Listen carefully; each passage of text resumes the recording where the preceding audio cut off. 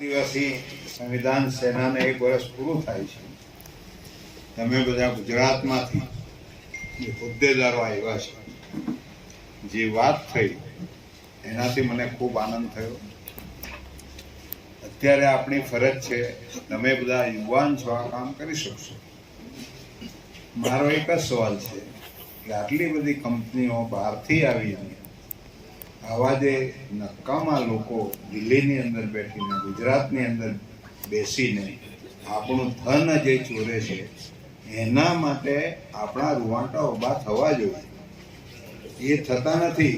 Company એ લોકોની, company આપણે બી બનાવી શકીએ. ભારત આદિવાસી સેનાની એક મોટી કંપની થાય, એના માલિક આપણે રહીએ. અહીંયા આગળ એ જાતનું સંગઠન આપણે બનાવવું છે.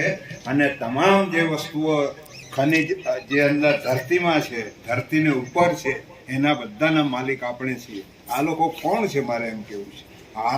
RSS તો આવેલી એક પાર્ટી છે ને, એ લોકોએ સંગઠન બનાવીને દેશને લૂંટે છે. આ લોકો સપોર્ટમાં છે. કોંગ્રેસ વાળા, આપ વાળા વિલીન થઈ જવાના છે. આમાં તમારે જોઈ લેવાનું. પંજાબમાં એક બચી છે, એ પણ જવાની છે. એટલે હું તમને કહેવા માંગુ છું કે ભારત આદિવાસી સંવિધાન સેના એના કરતા આ લોકો બધા નીચા છે. તમે આને ફોર્મમાં લાવી દો, આખું સંગઠન બનાવી દો. આ લોકોનો કોઈ હિસાબ પૂછશે નહીં અહીંયા આગળ દેશની અંદર. એવી મોટી કંપની બની જશે ને એવું આ સંવિધાનનું આપણને એક જોશ છે. સંવિધાને જે અધિકાર બક્સ્યા છે એને આપણે ઇમ્પ્લિમેન્ટ કરો. એમાં શરમ રાખવા જેવી નથી. લાગી જાઓ તો આપણો નિકાલ થઈ જશે. ને આવા જે લૂંટારૂ લોકો છે એ કચરાની જેમ આઉટ થઈ જશે. એમાં કોઈ શંકા હું જોતો નથી. પરંતુ આપણા લોકોએ એક થવાની જરૂર છે.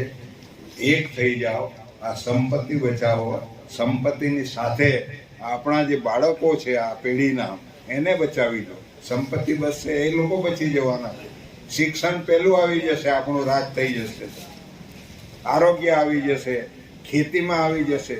પૈસા તો એટલા બધા છે કે ન પૂછવા. એ પૈસા પર તાગડ દિનના કરે છે 3% લોકો, જેને કેટલા વર્ષ, 77 વર્ષથી આ દેશમાં વસ્તી ગણતરી નથી કરી. કેટલા પાપી લોકો હશે.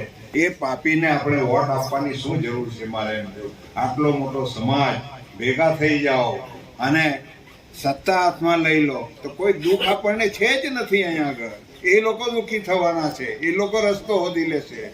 સંગઠિત થાવ તો બધા રસ્તા મળી જશે આપણને.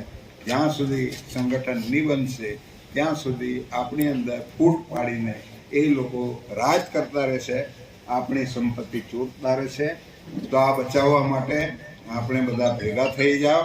મત મતાંતર છોડી દો અને આ ધરતીને બચાવી લો, દેશને બચાવી લો. એટલી વાત સાથે